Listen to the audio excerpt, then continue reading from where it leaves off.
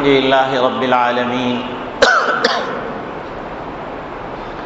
والصلاة والسلام على أشرف الأنبياء والمرسلين وخاتم النبيين محمد وعلى آله وصحبه ومن تبعهم بإحسان ودعا بدعوتهم إلى يوم الدين.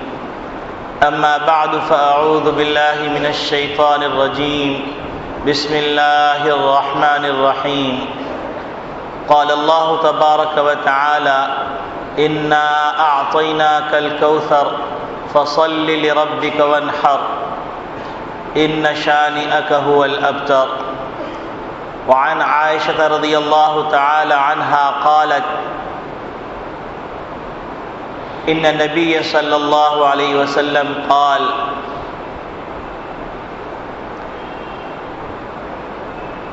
ما عمل ابن آدم من عمل أحب إلى الله يوم النحر من إهراق الدم وإن الله لا يقع بمكان من الله قبل أن يقع الأرض وإنها ليأتي بقرونها وأظفارها وأشعارها فطيبوا بها أو كما قال عليه الصلاة والسلام. میرے محترم بزرگوں، عزیز دوستو، دینی اسلامی بھائیوں، اللہ رب العالمین نے نبی اکرم صلی اللہ علیہ وسلم کے ذریعے سے ہم کو ایک مبارک اور مکمل دین عطا فرمایا، اور اللہ رب العالمین نے نبی کریم صلی اللہ علیہ وسلم کو اتنا شفیق بنایا کہ محمد صلی اللہ علیہ وسلم دنیا میں ہر وقت اپنی امت کے لیے پریشان اور حشر کے میدان میں بھی اپنی امت ہی کے لیے فکر مند رہیں گے. تو ایسے شفقت کرنے والے نبی نے کیسے ممکن ہے کہ کوئی نیکی اور کوئی ایسا عمل جو اللہ کو مقصود ہو اس کی رہنمائی نہ کی ہو، اور کیسے ممکن ہے کہ نبی کریم صلی اللہ علیہ وسلم ایسے احکامات لے کے آئے ہوں جو احکامات انسان کی استعداد کے خلاف ہوں. ایسا ممکن نہیں، کیونکہ اللہ رب العالمین نے انسان کو کسی بھی ایسی چیز کا مکلف نہیں کیا جو انسان نہ کر سکتا ہو. تو نبی کریم صلی اللہ علیہ وسلم کے ذریعے سے اللہ رب العالمین نے کسی بھی ایسی بات کی تلقین نہیں فرمائی جو انسان نہ کر سکتا ہو. اور پھر صرف یہی نہیں کہ نبی کریم صلی اللہ علیہ وسلم کو ہدایات عطا فرمائی، بلکہ نبی کریم صلی اللہ علیہ وسلم نے عمل کر کے عملی نمونے بھی چھوڑ دیے. انہی عملی نمونوں میں ایک نمونہ قربانی کا نمونہ ہے. قربانی کیا چیز ہے، اور نبی کریم صلی اللہ علیہ وسلم کی برکت سے اس قربانی کے اندر اللہ رب العالمین نے امت کے لیے کیا عجیب غریب باتیں رکھی. پہلی امتوں میں قربانی دی جاتی تھی تو اس کی قبولیت کے لیے جو طریقہ تھا کہ قربانی کا گوشت ایک جگہ پر رکھ دیا جاتا، جس کی قربانی قبول ہوتی آگ آتی اس گوشت کو جلا دیتی، کھا لیتی. اب آپ سوچئے کہ اگر موجودہ زمانے میں یہ سلسلہ باقی ہوتا تو انسان کرب سے مر جاتا کہ میری قربانی قبول نہیں ہوئی، اس کی قربانی قبول ہو گئی. اور اللہ کی ذات ایسی ذات ہے فعال لما یرید، جو چاہے کرے، لا یسأل عما یفعل، کوئی پوچھ نہیں سکتا. تو آدمی کرب سے مر جاتا، شرمندگی سے مر جاتا، حسرت و ایاس کے اندر تڑپتا رہتا، کسی کام میں دل نہیں لگتا.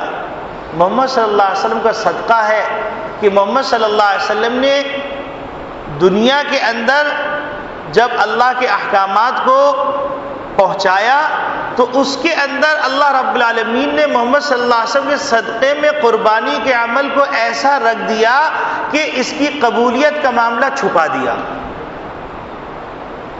اور نبی کریم صلی اللہ علیہ وسلم کے ذریعے سے اصول بتلا دیے کہ ان اصولوں پہ قربانی کرو گے تو سمجھو قبول ہو گئی، اللہ سے اچھا گمان کرو، اور اگر ان اصولوں کے خلاف قربانی کرو گے تو یقین کر لو کہ تمہاری قربانی قبول نہیں ہے۔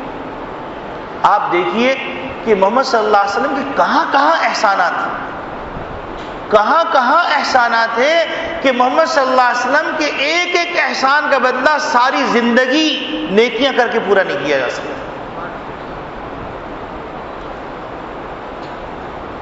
محمد صلی اللہ علیہ وسلم کا یہ کیا کم احسان ہے کہ پچھلی امتوں کو ایک ایک عمل کی بنیاد میں تباہ کر دیا گیا، بستی کی بستی کو برباد کر دیا، کہیں چیخ سے، کہیں ہوا سے، کہیں پانی سے، کہیں زمین کو دھسا کر، کہیں پتھر برسا کر، لیکن محمد صلی اللہ علیہ وسلم کے صدقے میں اس سلسلے کو روک دیا۔ ورنہ اس امت میں کون سا عمل جس کی وجہ سے پچھلی امتیں تباہ نہیں ہو گئیں، ایک ایک عمل کی بنیاد پر وہ سارے اعمال جمع نہیں ہو گئے۔ آپ سوچئے کہ مچھلی کھانا حرام نہیں،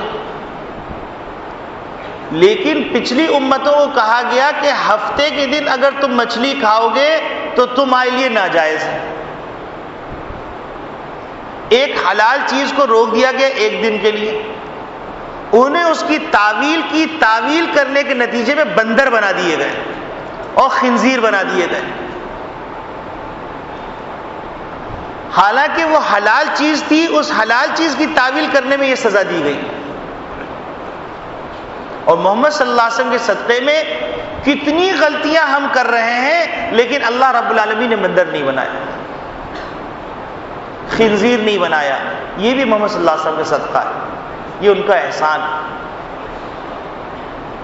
ایسے ہی رحمت للعالمین نہیں ہے۔ تو محمد ربی صلی اللہ علیہ وسلم نے جو کام کر دیا، سمجھ میں آئے نہ آئے کرنا ہے۔ اب آپ سوچئے کہ صحابہ اکرام رضوان اللہ اجمعین نے پوچھا، اے اللہ کے رسول، قربانی کیا چیز ہے؟ ما ہی الاضاحی، قربانی کیا چیز ہے؟ تو نبی کریم صلی اللہ علیہ وسلم نے فرمایا، سنت ابیکم ابراہیم، تمہارے بابا جان ابراہیم کی سنت ہے۔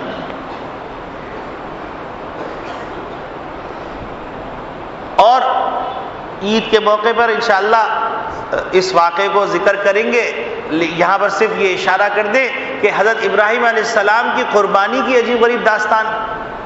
تو حضرت محمد صلی اللہ علیہ وسلم نے اس قربانی کی نسبت اپنے آبا و اجداد کی طرف کی، اور نبوت کا جو سلسلہ ابراہیمی ہے اس کی طرف اشارہ کیا کہ ان کی قربانیوں کی جو داستان ہے، اس داستان کی ایک یادگار کے طور پر یہ قربانی ہے۔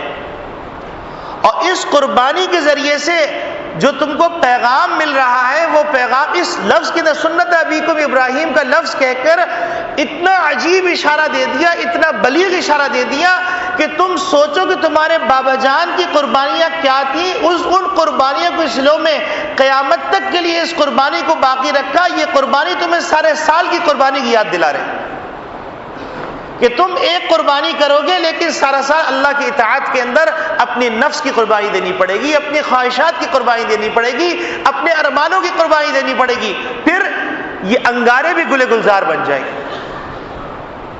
ایک بلیغ اشارہ فرما دیا، سنت ابیکم ابراہیم، لفظ کے اندر چاشنی۔ اس چاشنی کو اگر کوئی سمجھنا چاہے، کوئی فقیر ہوتا ہے، فقیر بھیک مانگتا ہے، بھیک مانگ کے کہتا ہے اللہ کے واسطے دے دو، ارے نبی کی زیارت ہو تم کو، آدمی کی چیخ نکل جاتی کہ نبی کی زیارت ہو، کیا پتہ یہ دعا قبول ہو جائے۔ وہ نہیں دیتا، وہ بھی دے دیتا ہے۔ تو محمد ربی صلی اللہ علیہ وسلم نے فرما دیا، سنت ابیکم ابراہیم، یہ تمہارے بابا جان کی سنت ہے۔ اس ہسٹری کی طرف نظر کرو، اس تاریخ کی طرف نظر کرو، تو پھر تمہیں اس قربانی کی حقیقت، اس کی چاشنی حاصل ہو جائے گی۔ پھر تم جب قربانی کو خریدنے جاؤ گے، قربانی کا اہتمام کرو گے، تو ہر قدم پر تمہیں ایک سرور مل رہا ہوگا، بوجھ نہیں بنے گی۔ کیا عجیب بات فرما دی، سنت ابیکم ابراہیم، چاشنی ہے۔ ایک شاعر کہتا ہے اجد الملامت فی ہواک لذاذتن، کہ تمہاری محبت میں ایسا فنا ہو چکا ہوں کہ لوگ تمہارا نام لے کے مجھے ملامت کرتے، تو تمہارا نام سننے سے مجھے لذت آتی ہے، تو ملامت میں بھی سرور ملتا ہے۔ تو سنت ابیکم ابراہیم، یہ تمہارے بابا جان کی سنت۔ یہ تو ایک بات ہوگی۔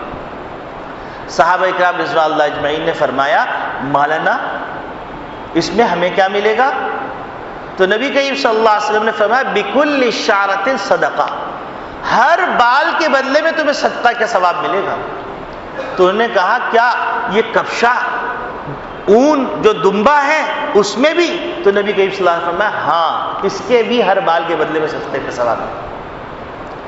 آپ سوچئے کہ کسی سے کہہ دیا جائے کہ دیکھو تم باہر سفر کرنے جا رہے ہو اور باہر سفر کے اندر پاکستانی کرنسی نہیں چلے گی، وہاں پر اس ملک کی کرنسی پڑی ہوئی ہے ٹینکر کے اندر، تم جتنی چاہو جمع کر لو۔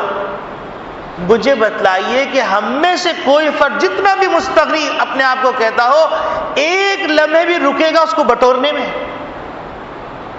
وہ اپنی اس جیب کو بھرے گا، اس جیب کو بھرے گا، اس جیب کو بھرے گا، حتیٰ کہ بنیان اندر کھرچ لے گا، اس کے اندر بھر لے گا، جیب اگر پتلون کے اندر جگہ ہوگی اس میں بھر لے گا، شلوار میں جگہ ہوگی اس میں بھر لے گا، اور اگر کچھ نہیں ملے گا تو وہ کسی سے کپڑا مانگ کے اس میں بھر لے گا، کچھ اگر نہیں ملے گا تو اپنے دامن کے اندر لپیٹ لے گا، اپنے اگلے پچھلے دامن میں لپیٹ لے گا، اس کو پھر بھی قرار نہیں آئے گا، پتہ نہیں وہاں کتنی کرنسی کی ضرورت پڑے۔ اور نبی کریم صلی اللہ علیہ وسلم فرما رہے ہیں کہ دنیا سے جب تم جانے والے ہو وہاں کی کرنسی تم کو جو چاہیے یہ اس اون کے اندر مل جائے گی۔ اور مسلمان کہہ رہے ہیں کہ ہم قربانی کیوں کریں؟ فلسفہ بتائیے، فلسفہ۔ ارے سارے فلسفے ختم ہو جائیں گے حشر کے میدان میں۔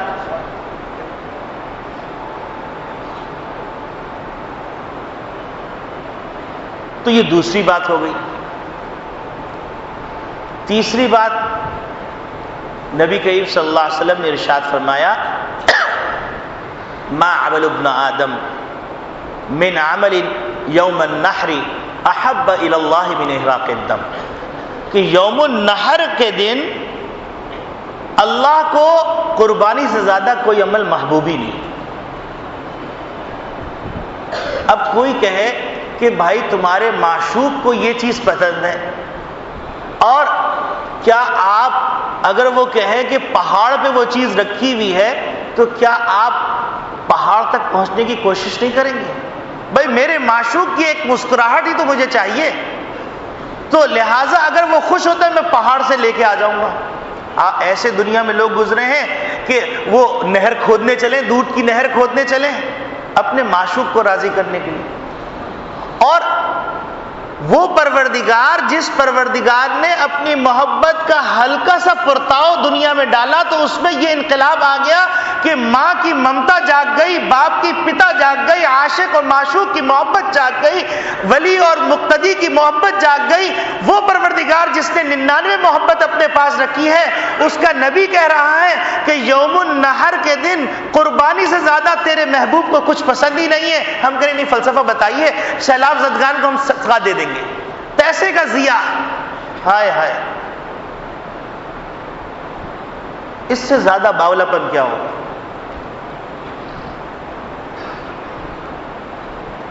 تو نبی اکرم صلی اللہ علیہ وسلم ارشاد فرما رہے ہیں کہ اللہ رب العالمین کو جو محبوب حقیقی ہیں اور محمد صلی اللہ علیہ وسلم ان سے محبت کرتے ہیں، اور محمد صلی اللہ علیہ وسلم کہہ رہے ہیں کہ تم کو اگر اللہ کا محبوب بننا ہے تو اس کا طریقہ ہے کہ میرے طریقے پہ عمل کرو۔ اور محمد نبی صلی اللہ علیہ وسلم کو دیکھیے، قربان جائیے کہ پوری زندگی قربانی ہی کرتے رہے، حتیٰ کہ ایک موقع پر نبی کریم صلی اللہ علیہ وسلم 100 اونٹ قربان کیے۔ جس میں سے 50 سے زائد اونٹ اپنے دست مبارک سے قربان کیے. اور نبی اکرم صلی اللہ علیہ وسلم ارشاد فرما رہے ہیں قربانی کے بارے میں کہ یہ جانور اپنے کھروں کے ساتھ، اپنے بالوں کے ساتھ اور اپنے جو دوسرے اجزاء ہیں ان کے ساتھ آئے گا، اور اللہ رب العالمین کے نام اعمال جو انسانوں کے نام اعمال تولیں گے اس میں تولا جائے گا، اور اس کے خون کا قطرہ زمین پہ گرنے سے پہلے اللہ رب العالمین شرف قبولیت عطا فرما دیتے ہیں. اس سے بڑی کیا ہے؟ اور پھر آخری جملے پہ جھوم جائیے، نبی کریم صلی اللہ علیہ وسلم فطیبوا بہا، محبت سے قربانی کرو، ارمان سے قربانی کرو. بھائی اپنی بیٹی کی شادی، اپنے بیٹے کی شادی کیسے ارمان نکال کے کیے جاتے ہیں؟ تو نبی کی سنت، اللہ کے محبوب عمل کو ہم ارمان نکال کے نہ کریں، ناز سے نہ کریں. حضرت فاطمہ رضی اللہ تعالیٰ عنہ جو نبی کریم صلی اللہ علیہ وسلم کی انتہائی چہیتی بیٹی، اور نبی کریم صلی اللہ علیہ وسلم کی مشابہت بھی بہت تھی. اور پھر آپ دیکھیے کہ حضرت فاطمہ رضی اللہ تعالیٰ عنہ کو اللہ رب العالمین نے یہ مقام عطا فرمایا کہ خاندان نبوت کا سلسلہ ان سے جاری فرمایا،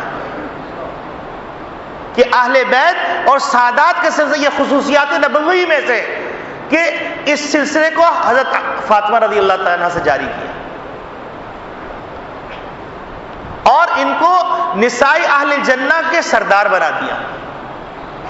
ان کو نبی کریم صلی اللہ علیہ وسلم فرما رہے ہیں اے فاطمہ قربانی کے وقت تم موجود رہنا،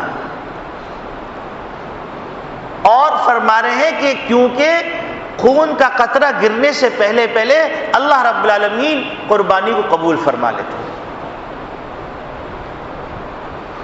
اور پھر نبی کریم صلی اللہ علیہ وسلم کی محبت دیکھیے کہ تاکہ امت اس عمل سے اپنے آپ کو بھگائے نہیں، اس عمل کو نہ چھوڑے، تو نبی کریم صلی اللہ علیہ وسلم نے ایک سرزنش بھی فرما دی.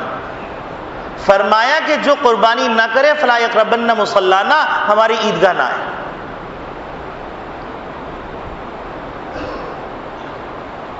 یہ تو ہو گئی قربانی کی حقیقت. اب قربانی کس پہ واجب ہے، کیسا جانور ہونا چاہیے، کیسا کرنا چاہیے، کیا قربانی زندگی میں ساقط بھی ہو جاتی ہے، یہ تمام چیزیں مختصراً عرض کروں گا. ہر وہ شخص جس پہ صدقہ فطر واجب ہے اس پہ قربانی واجب ہے.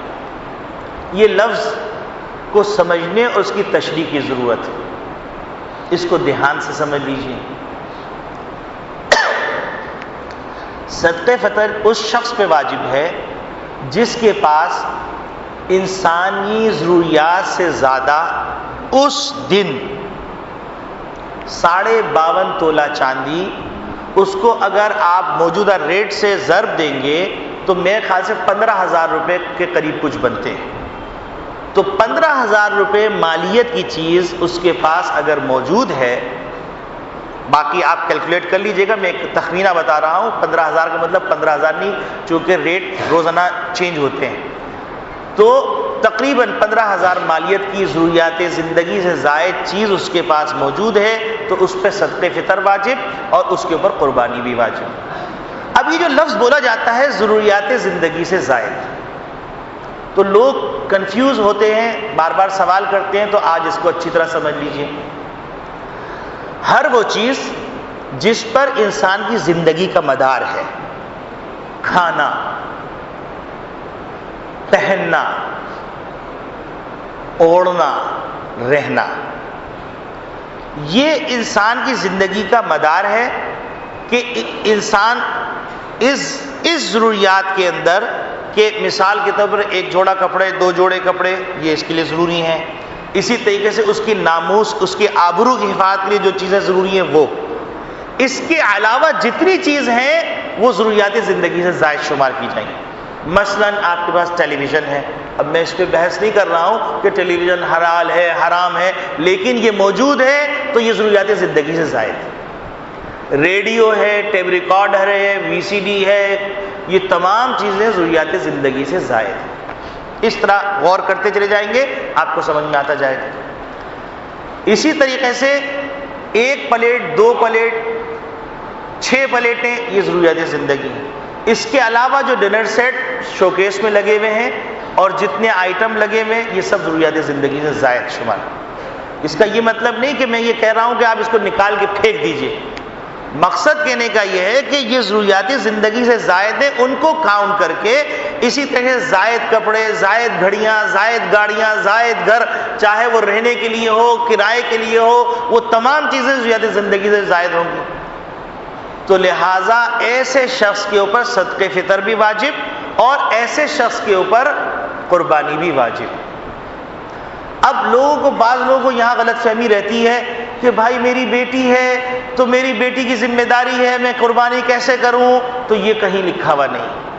جس نے بیٹی پیدا کی ہے وہ اس کی شادی کا بندوبست بھی کرے گا. اپنی دوسری چیزوں کی قربانی دیجیے، اللہ کے حکم کی قربانی مت دیجیے. اسی طریقے سے بعض لوگ کہتے ہیں کہ میں حج کے لیے پیسے جمع کر رہا ہوں تو اس وجہ سے قربانی نہیں کر سکتا، میں فلاں چیز کے لیے کر رہا ہوں. یہ سب بیکار باتیں ہیں. یہ انسان کو شیطان نے جال میں پھنسایا ہوا ہے. یہ ابھی ساتھی نے کیلکولیٹ کر کے بتایا ہے 52,500 روپے بن رہے چاندی کی قیمت. تو جس کے پاس 52.5 تولہ یعنی 52,500 روپے لاگت بن رہی ہے چاندی کی، موجودہ آج کا ریٹ ہے یہ. تو اس کے اعتبار سے جس کے پاس یہ زائد سامان موجود ہے، چاہے وہ کپڑوں کی صورت میں ہو، برتن کی صورت میں ہو، گاڑی کی صورت میں ہو، اسکوٹر کی صورت میں ہو، سائیکل کی صورت میں ہو، وہ تمام چیزیں ضروریات زندگی سے زائد.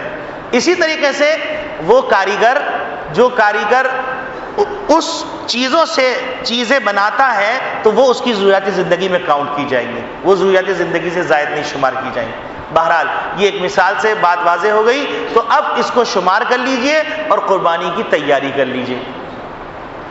اب ایک شیطان نے عجیب غریب دھوکہ دیا ہوا ہے. شیطان نے دھوکہ یہ دیا ہوا ہے کہ بہت سے لوگوں نے بتایا، میں تعجب میں پڑ گیا کہ ہمارے ملک پاکستان میں بھی ایسے فلسفے چل رہے ہیں جو اسلامی مملکت خداداد ہے اور جہاں بڑے بڑے جامعات اور بڑے بڑے علماء ہیں، پھر بھی لوگوں کو توفیق نہیں ہوتی کہ وہ علماء کے پاس آئیں، مدرسے میں آئیں، امام کے پاس آئیں، اس مسئلے کو پوچھیں.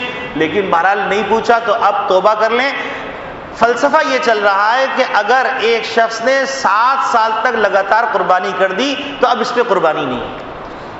یہ پتہ نہیں کہاں سے لے کے آئے.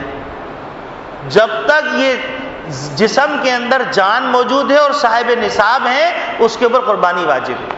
تو یہ دماغ سے نکال لیجئے. اسی طریقے سے بعض لوگوں نے کیا کہا، بعض لوگوں نے یہ کہا کہ قربانی تو اصل میں ہم نے جوانی میں کر لی، اب ہم بوڑھے ہو گئے، یعنی گویا کہ یہ بھی کوئی ریٹائرمنٹ کا فلسفہ ہے، اب پینشن چل رہی ہے. تو کہنے لگے کہ اب ہم تو بچوں کی کرتے ہیں میاں، اب ہم جو ہے بڑوں کی نہیں کرتے. تو یہ بیکار کی بات ہے.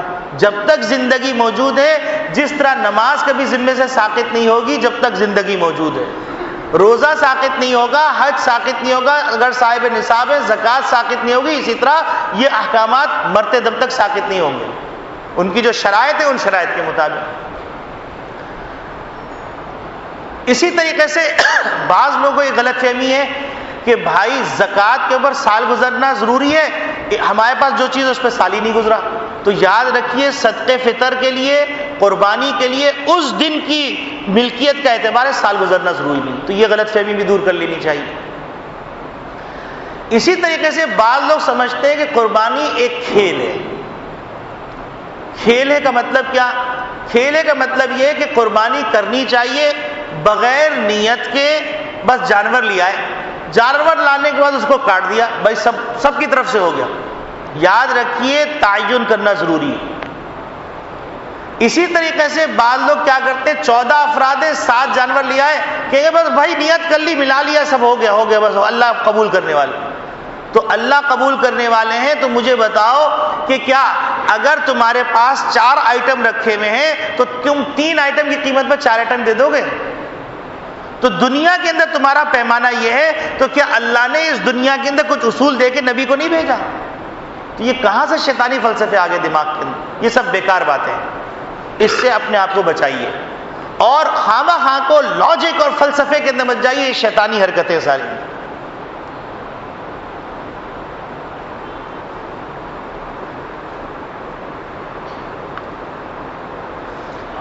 اسی طریقے سے شیطانی باتوں کے اندر ایک بات اور چل رہی ہے، وہ بات چل رہی ہے کہ بکرے کے اندر بھی 7 نیتیں کر سکتے، نیتوں سے ہوتا ہے بھائی، گوشت سے کچھ نہیں ہوتا، بیکار کی بات ہے، نہ نبی نے ایسا کیا نہ نبی نے ایسا فرمایا۔ تو دین وہی ہے جو نبی نے بتلایا، اس کے علاوہ کوئی دین نہیں۔ چاہے اتنا بڑا جھبا پہن کے پگڑ باندھ کر، وہ پگڑ بھی جو نا حضور کی سنت کے مطابق نہیں باندھی ہوگی، وہ صرف بہروپیہ بننے کے لیے باندھی گی، 2 نمبر کام کرنے کے لیے باندھی ہوگی۔ لمبا مالا پہن کے اور تسبیح لے کر ہو کر رہے ہو، لیکن اگر سنت کے مطابق نہیں تو ایسے ہو کو اللہ قبول نہیں کرے، کیونکہ ایمان نہیں۔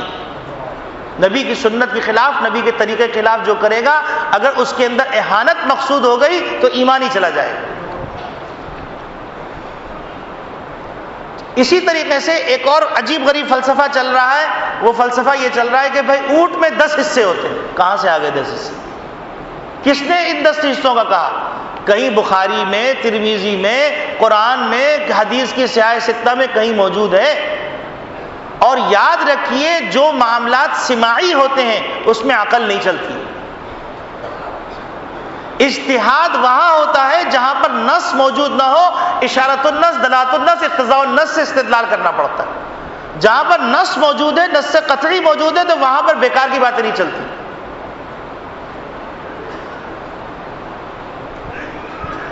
اسی طریقے سے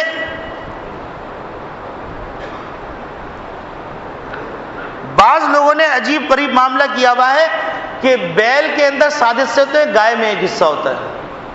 یہ کہاں سے آ گیا فلسفہ؟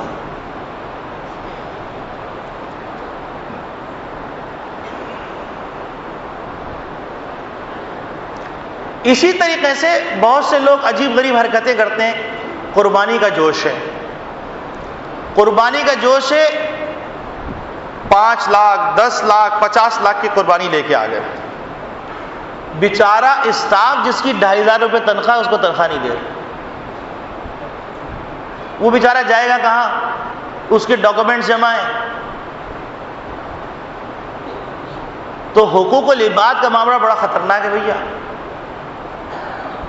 اور آج حقوق العبادی کو چھوڑ دیا، باپ بیٹے نے چھوڑ دیا، ماں باپ نے چھوڑ دیا، استاد شاگرد نے چھوڑ دیا، اور جو ہے رشتہ داروں نے چھوڑ دیا، پڑوسیوں نے چھوڑ دیا، اور پکڑ ہو گئی تو بچنے کا راستہ نہیں۔ اللہ میاں قرآن کی سری آیت موجود، سری نص موجود ہے کہ اللہ رب العالمین ایک طبقہ آئے گا، اور طبقہ آنے کے بعد کہے گا اے اللہ مجھے بخش دیجئے۔ اللہ کہیں گے نہیں، انہو کان من عبادی، میرے کچھ بندے تھے جن کو تم نے تکلیف پہنچائی، ان سے استہزاء کی، اس وجہ سے تمہیں بخشا نہیں جائے گا۔ لوگ سمجھتے ہی نہیں۔ اور نبی پہ قربان جائیے، منبر رسول پہ بیٹھے ہوئے ہیں، ایک چڑیا آئی گود میں گر گئی اور تڑپنے لگی، نبی کے صلی اللہ علیہ وسلم نے اٹھایا، فرمایا اس کو کس نے بے چین کر دیا، اور فرمایا کہ جس نے اس کے بچے اٹھائے اس کے گھونسلے میں واپس پہنچا دو۔ نبی تو وہ ہے، اور ان کے امتی ایسے کہ ایک ایک خاندان، اس کے افراد کھانے پینے والے اتنے زیادہ، آپ تنخواہ روک دیتے ہیں اپنی عیاشی کے خاطر، اپنے دکھلاوے کے خاطر۔ تو وہ لوگ جو ایسی حرکتیں کر رہے ہیں، ڈریں۔ قربانی کریں لیکن بندوں کے حق کو بھی یاد رکھیں۔ آپ 50 لاکھ کا جانور مت لے کے آئیے، نام نمود کے لیے نہ کیجیے۔ آپ 40,000 50,000 کا لے آئیے، لیکن غریبوں کو تنخواہ دے دیجیے۔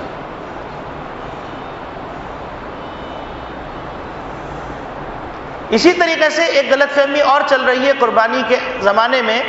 حدیث میں کہا جاتا ہے، بیان کیا جاتا ہے کہ بھائی ناخن نہ کاٹو، بال نہ کاٹو، لیکن اگر کسی شخص کے 40 دن کے بال ہو گئے ہیں تو اس کو تو بال کاٹنے پڑیں گے۔ ایسے لوگ بھی ہیں جو 40 دن تک بال نہیں کاٹ، داڑھی کٹے گی لیکن باقی غیر ضروری بال نہیں کٹیں گے۔ ایسے لوگ بھی دنیا کے اندر موجود ہیں، کہتے ہیں ہم کو حیا آتی ہے۔ ارے حضور سے زیادہ باحیا ہو تم، ایسی حیا پر لعنت جو حضور کے طریقے کے خلاف۔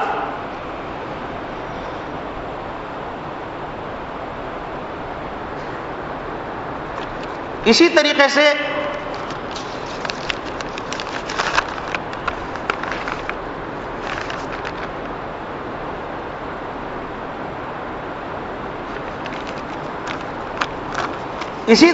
یہ بات بھی سمجھ لیں کہ قربانی کے جانور کے لیے کون کون سے جانور چل سکتے ہیں. تو ایسے بھی لوگ ہیں دنیا کے اندر جو لوگ کہہ رہے ہیں کہ قربانی کے لیے ضروری نہیں ہے کہ بکرا دمبا ہو، مرغی کی بھی قربانی ہو جاتی ہے. اس سے زیادہ کیا بدبختی ہوگی. حضور کو گائیڈ کر رہے ہیں. حضور حجۃ الوداع کے موقع پہ فرما رہے ہیں کہ تم لوگ گواہ رہنا، میں نے پورا دین پہنچا دیا، اللہ تو بھی گواہ رہے. اور ہم کہہ رہے ہیں کہ ہم غریبوں کے زیادہ ہمدرد ہیں، اور اللہ کو بھی ہم ایڈوائز دے سکتے ہیں اور رسول کو بھی ایڈوائز دے سکتے ہیں. کیا ہو گیا مسلمانوں؟ اتنی پستی میں چلے گئے، عبادتوں کو مذاق بنا لیا، اپنے مریدوں کو خوش کرنے کے لیے اس طریقے سے ڈھکوسلے. اس سے زیادہ کیا عبرت کی بات ہوگی کہ مرید اگر روٹ گیا تو کہا اچھا دیکھو تم روٹ رہے ہو تو کل حشر میں تمہاری بخشش نہیں کرواؤں گا. تمہاری بخشش بہت بڑی بات ہے. دین کو سمجھنے کی ضرورت ہے اور پورے دین پر عمل کرنے کی ضرورت ہے. اسی طریقے سے ایک اور عجیب غریب فلسفہ چل رہا ہے کہ قربانی چوتھے دن بھی ہو سکتی ہے. حالانکہ نبی کریم صلی اللہ علیہ وسلم کے جلیل القدر صحابی خلیفہ چہارم اور حضرت علی المرتضیٰ رضی اللہ تعالیٰ عنہ نبی کریم صلی اللہ علیہ وسلم پر بچپن میں جو پوری کائنات میں کوئی ایمان لے کے نہیں آیا، سب سے چھوٹا بچہ جو ایمان لے کے آیا ہے وہ علی المرتضیٰ ہے. اور کائنات کے اندر سب سے پہلے جس نبی نے نماز پڑھی اس زمانے کے اندر محمد صلی اللہ علیہ وسلم اور کوئی دوسرا فرد تھا تو علی المرتضیٰ تھا. نبی کریم صلی اللہ علیہ وسلم جن کے اوپر قدم قدم پر اعتماد کیا، جو نبی کریم صلی اللہ علیہ وسلم کی شریعت کی حقیقت تک پہنچے ہوئے، وہ فرما رہے ہیں کہ عید قربان کے 2 دن عید الاضحیٰ کے بعد ہیں. تو اس کے بعد کہاں سے کوئی بات آتی ہے؟ یعنی قربانی کا 1 دن عید الاضحیٰ کا دن ہے اور اس کے بعد 2 دن. تو یہ فلسفے بھی رک جائیے، اللہ سے مذاق مت کیجیے. اور یاد رکھیے شریعت کے معاملات میں اگر استہزاء کا عمل ہو گیا تو ایمان سے جائیں گے. مسلمات کو نہ چھیڑیے. بہت اہم باتیں ہیں یہ مذاق نہیں. اللہ مذاق نہیں، اللہ کا رسول مذاق نہیں، اس کے دین مذاق نہیں. اور یہ بچوں کا کھلونا نہیں ہے کہ ہر آدمی اس کی تشریح کرتا پھرے. ارے امام مالک سے بڑا کون ہوگا؟ امام ابو حنیفہ رحمۃ اللہ سے بڑا کون ہوگا؟ کتنے ایسے مواقع آئے کہ جہاں پر ان کے سامنے نص موجود نہیں تھا تو انہیں فرمایا لا ادری، میں نہیں جانتا. جو مستقل پورے مذہب کے مجتہد ہیں، اتنا بڑا امام، اور ہم کہتے ہیں کہ یہ کیسے ممکن ہے کہ میں نہ کہہ دوں؟ یہ بھی ڈرنے کی بات، یہ بھی ایک فتنہ ہے جو عام ہو گیا ہے. سمجھ ہو نہ ہو، آپ مجھے بتائیے اگر ہارٹ کا ڈاکٹر ہے تو وہ آنکھ کا مشورہ دیتا ہے کیا؟ کان کا ڈاکٹر کیا زبان کا مشورہ دیتا ہے؟ دنیا کے اندر تو ہمارا اصول یہ ہے، لیکن بیچاری شریعت ایک ایسی مظلوم ہے کہ اپنے دین کو خود ہی پڑھو، خود ہی سمجھو، خود ہی تشریح کرو. اور پھر خود ہی جنت میں چلے جاؤ. دروازہ بھی ہمارے پاس ہے، اسپیشل پاس بنا ہوا ہے. نعوذ باللہ من ذالک. یہ ڈرنے کی باتیں ساری. اس کے بعد قربانی کے جانور کے اندر گائے، بیل، بھینس، بکرا، بکری، دمبا، دمبی، یہ تمام چیزیں قربانی میں ذبح کیے جا سکتے ہیں. اسی طریقے سے قربانی کے جانور کے لیے 2 دانت کا ہونا ضروری ہے. اس سے بعض لوگوں کو یہ غلط فہمی ہو جاتی ہے کہ 2 دانت نکلے ہوئے ہوں. اگر جانور اپنے جسامت کے اعتبار سے، دیگر قرائن کے اعتبار سے، مالک کے کہنے کے اعتبار سے وہ 2 سال کا ہے اور اس کے 2 دانت نہیں نکلے، 1 دانت نکلا ہوا ہے، تو بھی اس کی قربانی جائز ہے۔ یہ غلط فہمی بھی دور ہو جانی چاہیے۔ اسی طریقے سے قربانی کے جانور کے لیے ضروری یہ ہے کہ وہ بے عیب ہو۔ بے عیب ہونے کا مطلب یہ کہ اہل تجارت جس بات کو عیب دار سمجھتے ہیں، فقہ کی اصطلاح میں اس کو عیب کہا جاتا ہے۔ مثلا دم نہیں ہے، عیب دار، دونوں کان نہیں ہیں، عیب دار، دونوں سینگیں جڑ سے ٹوٹ گئی ہیں، عیب دار، ایک سینگ تہائی حصہ ٹوٹ گیا ہے، عیب دار ہے، دم کا تہائی حصہ کٹ گیا ہے، عیب دار ہے، کان کا تہائی حصہ کٹ گیا ہے، عیب دار ہے، ایک آنکھ سے بھینگا ہے، عیب دار ہے، 3 ٹانگوں پہ چل رہا ہے، ایک ٹانگ نہیں استعمال کر رہا ہے، عیب دار ہے۔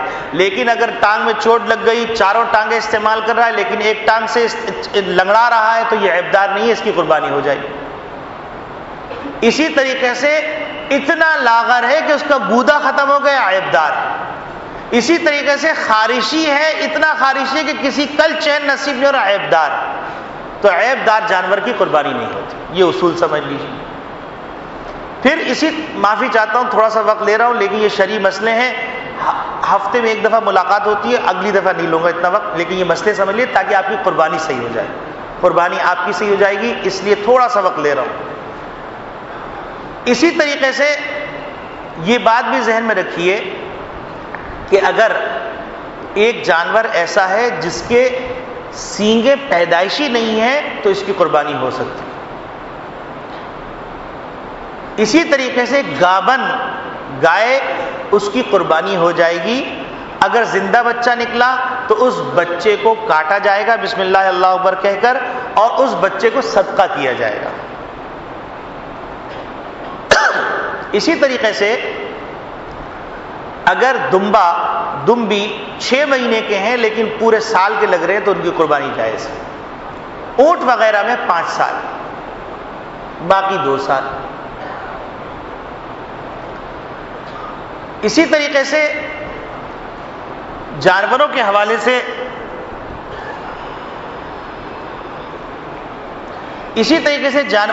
سے یہ بات بھی سمجھ لیجئے کہ جانور کو اچھا تندرست لے کے آنا چاہیے، لیکن نیت گوشت کی نہیں ہونی چاہیے۔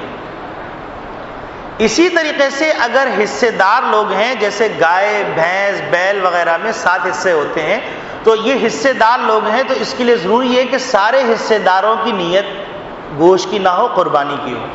ہاں اگر کسی کی عقیقے کی نیت ہے، نظر کی نیت ہے، تو وہ بھی شریک ہو سکتے ہیں۔ تیسری بات یہ کہ 7 حصے دار ہیں تو 7 حصے داروں کے پیسے اکول ہونے چاہیے، برابر ہونے چاہیے۔ اسی طریقے سے اگر حصے دار 4 ہیں اور 4 مل کے ایک بڑا جانور لے رہے ہیں تو بھی قربانی ہو جائے گی۔ ایک اہم بات جو سمجھنے کی ہے وہ بات یہ ہے جس میں بڑی کوتاہی ہو رہی ہے اور کئی لوگوں کی قربانیاں ضائع ہو جائیں گی۔ اگر ایک شخص کا پیسہ حرام کا ہے اور 6 کا پیسہ حلال کا ہے تو 7 کی قربانی قبول نہیں ہو۔ تو یہ بہت ڈرنے کی بات ہے۔ قربانیاں ہو رہی ہیں، دھبا دب کیجئے، خوشی سے کیجئے، لیکن دیکھ لیجئے کہ وہ جو شریک ہے ان کے پیسے حلال کے بھی ہیں کہ نہیں ہیں۔ اس کے بعد مسئلہ آتا ہے کہ قربانی کرنے کے لیے ضروری یہ ہے کہ انسان قربانی خود کرے، بشرطے کہ قربانی کرنا آتا ہو، ذبح کرنا آتا ہو۔ بہت سے لوگ کیا کرتے ہیں، قصائی کو دیتے ہیں لیکن ہاتھ رکھ دیتے ہیں چھری کے اوپر۔ تو یاد رکھیے یہ مسئلہ ذہن میں رہنا چاہیے کہ اگر قصائی کے ہاتھ پہ ہاتھ رکھا ہے تو دونوں کو تکبیر پڑھنا پڑے گا۔ ایک نے تکبیر پڑھی، ایک نے نہیں پڑھی، قربانی نہیں ہوگی۔ یہ بڑا اہم مسئلہ ہے اور بڑا ڈرنے والا مسئلہ ہے۔ سال میں 1 دفعہ قربانی آ رہی ہے بھیا، اگر وہ قربانی قبول نہیں تو بیڑا غرق ہو گیا، پیسہ بھی گیا، خسرت دنیا والآخرہ۔ تو اس مسئلے کو سمجھنا ضروری ہے۔ آگے چلتے ہیں ہم۔ ایک اور مسئلہ یہ ہے کہ آپ قربانی کر رہے ہیں تو قربانی کرتے ہوئے چھری کو اچھی طرح تیز کر لیجیے اور قبلہ رو لٹھائیے، اور جانور کے گنارے کے اندر بے احتیاطی نہ کیجیے کہ اس کو چوٹ آ جائے، دانت ٹوٹ جائے، ناک پھوٹ جائے، یا جو ہے اس کی سینگیں ٹوٹ جائیں۔ اگر ایسا ہو گیا تو قربانی تو ہو جائے گی، لیکن ایسا کرنا نہیں چاہیے۔ اسی طریقے سے اذیت دے کے قربانی نہیں کرنی چاہیے، اسی طریقے سے ایک جھٹکے کے اندر پوری گردن جدا نہیں کرنی چاہیے، حتیٰ کہ اس کا خون نکل جائے، پورا اطمینان ہو جائے، اس کے بعد آپ پھر جو ہے بقیہ گردن کو علیحدہ کیجئے، کھال کی کاٹیے۔ اب مسئلہ آتا ہے کہ گوشت، تو گوشت کے سلسلے میں مسئلہ یہ سمجھ لیجئے کہ گوشت سارا آپ رکھ سکتے ہیں، سارا بانٹ سکتے ہیں، اور 3 حصے بھی کر سکتے ہیں، ایک حصہ آپ رکھیے، ایک حصہ خاندان والوں کو دیجئے، ایک حصہ غریبوں کو دے دیجئے، یہ تینوں عمل کر سکتے ہیں۔ اسی طریقے سے گوشت کے اندر بعض لوگ یہ سمجھتے ہیں کہ 3 دن میں گوشت استعمال کرنا ہے، تو گوشت آپ 3 دن سے زیادہ بھی استعمال کر سکتے ہیں۔ بعض لوگ یہ سمجھتے ہیں کہ قربانی کے اندر عقیقے کی نیت نہیں کر سکتے، کر سکتے ہیں۔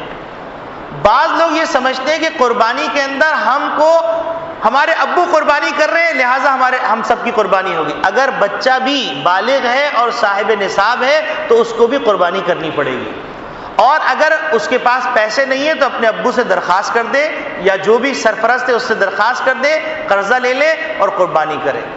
اور جانور لیتے ہوئے ضروری یہ ہے کہ متعین کیا جائے کہ کس کس کی طرف سے قربانی کی جا رہی ہے، یہ نہیں الٹپ 10 افراد ہیں وہی سب کو مل جائے گا ثواب، ایسا نہیں ہوگا۔ سب کی نیت کی پرچہ بنائیے، اور قربانی کرنے سے پہلے آپ ان تمام کا تصور کیجئے یا نام لیجئے، ویسے تصور کر لینا کافی ہے۔ اس کے بعد انی وجہت وجہ اللہ جو آیت ہے، اس آیت کو پڑھیے، پھر بسم اللہ اللہ اکبر کہہ کے چھری پھیریے۔ اس کے بعد قربانی کی کھال، تو قربانی کی کھال کے سلسلے میں یہ مسئلہ ذہن میں رہنا چاہیے کہ قربانی کی کھال اس صورت میں بندہ استعمال کر سکتا ہے خود، جبکہ اس کی حیت باقی رہے، کہ مسلح بنا دیجئے، مشکیزہ بنا دیجئے، تو آپ خود استعمال کر سکتے ہیں۔ لیکن اگر خود استعمال نہیں کر رہے تو جو زکوٰۃ کا مصرف ہے وہ قربانی کی کھال کا مصرف ہے، تو ایرے غیرے نتھو خیرے کو نہیں دیا جا سکتا، اسی طریقے سے قصائی کو نہیں دیا جا سکتا، اسی طریقے سے مؤذن کو نہیں دیا جا سکتا، اسی طریقے سے امام کو نہیں دیا جا سکتا، اسی طریقے سے مسجد کے فنڈ میں نہیں دیا جا سکتا، اسی طریقے سے مدرسے کی تعمیر میں نہیں دیا جا سکتا، اسی طریقے سے چیریٹیبل اداروں میں نہیں دیا جا سکتا کہ اس کے ذریعے سے دیگر معاملات کیے جائیں، تعمیرات کی جائیں، مشینیں خریدی جائیں، ایمبولینس خریدی جائے۔ یاد رکھیے قربانی کے کھال کا یہ مصرف نہیں۔ اور اگر کوئی چیریٹی کے لیے کر رہا ہے تو علماء سے رجوع کرے۔ ہم یہ نہیں نفی کرتے، کچھ لوگ میرے پاس آئے کہیں گے مولانا آپ اس طرح بات کر دیتے ہیں کہ چیریٹی کے خلاف، میں چیریٹی کے خلاف نہیں ہوں، میں تو اس بات کا قائل ہوں کہ چیریٹی کے لیے کرنا چاہیے، کیونکہ نبی کریم صلی اللہ علیہ وسلم کو جو نبوت ملی ہے تو نبوت کے اندر اماں خدیجۃ الکبریٰ رضی اللہ تعالیٰ عنہ جو ان کو پہلی تسلی دی ہے، تو ان کی جو عظیم شان ذکر کی ہے وہ چیریٹی کے لیے کرنا ذکر کیا۔ تو یہ میرے نبی کا طریقہ، میں اس کی مخالفت کیسے کر سکتا ہوں؟ لیکن بھیا میں ان لوگوں سے ہمدردی کرنا چاہتا ہوں جو، اور آپ سے ہمدردی کرنا چاہتا ہوں جو چیریٹی کے لیے کام کر رہے ہیں، کہ کل حشر میں آپ کی پوچھ نہ ہو جائے، اور ان بیچاروں کو جو اللہ کی رضا کے لیے دے رہے ہیں ان کی وہ زکوٰۃ، خیرات، صدقات اور یہ چیریٹی کے لیے دیا ہوا فنڈ قبول ہو جائے۔ تو اس سلسلے میں جو بھی چیریٹی کے لیے کام کر رہا ہے علماء سے رجوع کریں۔ بڑے بڑے جامعات آپ کے ملک میں موجود ہیں، آپ کے کراچی میں موجود ہیں، آپ مفتیان اکرام کے پاس آئیے، بھائی آپ بتائیے آڈٹ کے لیے آپ لوگ رکھتے ہیں، آپ دیگر معاملات کے لیے لوگ رکھتے ہیں، تو کیا آپ اپنے شرعی ایڈوائزر نہیں رکھ سکتے ہیں؟ آپ علماء سے رجوع کیجئے اور ایک ایک مسئلے کو سیکھیے، پوچھیے کہ بھائی ہم چیریٹی کے لیے کام کر رہے ہیں، خیر کے لیے کام کر رہے ہیں، لیکن آپ سوچیے تو آپ کے اوپر خیر کے لیے کام کرنا فرض نہیں تھا، آپ کر رہے ہیں لیکن اس کا جواب دینا فرض ہے، تو کتنے ڈرنے کی بات ہے۔ تو لہٰذا آپ علماء سے رجوع کیجئے، یہ علماء محسنین ہیں، انبیاء کے وارث ہیں، اور عالم سے بدگمان نہ ہوئیے، وہ آپ کو غلط مسئلہ نہیں بتائے، اور اسی طریقے سے عالم سے کھیلیے بھی نہیں۔ بہت سے لوگ عجیب ڈرامہ کرتے ہیں، کبھی ایک جگہ جائیں گے مسئلہ پوچھا، پھر دوسرے مفتی کے پاس گئے مسئلہ پوچھا، تیسرے پھر کہتے ہیں فلاں مولوی صاحب تو یہ کہہ رہے تھے، آپ یہ کہہ رہے ہیں، فلاں مولوی صاحب تو یہ کہہ رہے ہیں، علماء کو لڑا رہے ہیں آپس میں، تو یہ بھی باولا پن ہے، عقل بندی کی بات نہیں۔ تو آپ زکوٰۃ کا جو مصرف ہے وہ کھال کا مصرف ہے۔ اب اگر آپ کی کھال ضائع ہو گئی، چوری ہو گئی، غصب ہو گئی، تو آپ کی ذمہ داری ہے کہ آپ اس کی قیمت جمع کروائیں. اور اس کے لیے بہترین مصرف اس وقت جو سمجھ میں آتا ہے وہ ادارے ہیں، مدارس. اب آپ پوچھئے کیسے؟ دیکھیے، ایک آدمی ہے، وہ آدمی اگر صدقے جاریہ چاہتا ہے جو اس کو ملتا رہے، وہ مساجد ہیں، کنویں ہیں اور کسی نیک راستے میں پڑھنے والے بچوں کی سرپرستی. اب یہ بچہ جب تک نیکی کرتا رہے گا آپ کے کھاتے میں لکھا جاتا ہے.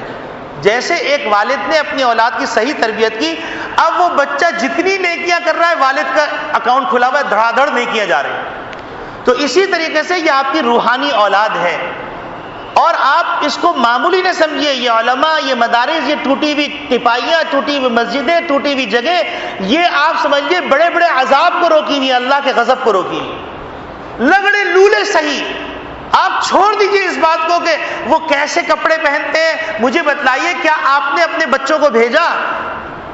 یہ تو بیچارے غریب بچے گاؤں سے آئے اور ان بچوں نے اتنا بڑا سرمایہ اپنے سینے میں لیا اور آپ کا قرض اتار رہے ہیں.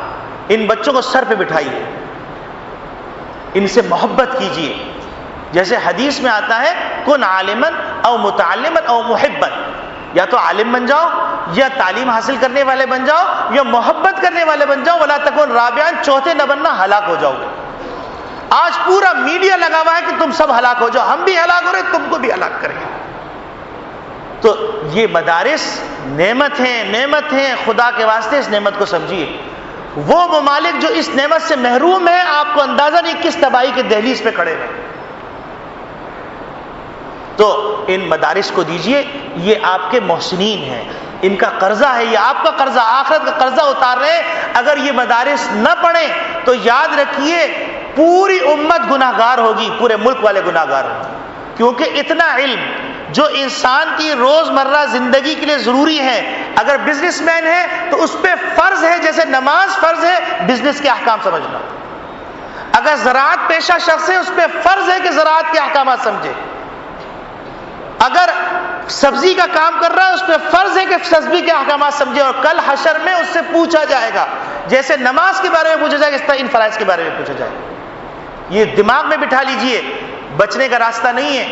یہ علماء پہ قربان ہو جائیے، ان کی قدر کیجیے، ان کو محبت کی نگاہ سے دیکھیے. آپ کو بعد میں پتا چلے گا یہ کتنے قیمتی سرمایہ.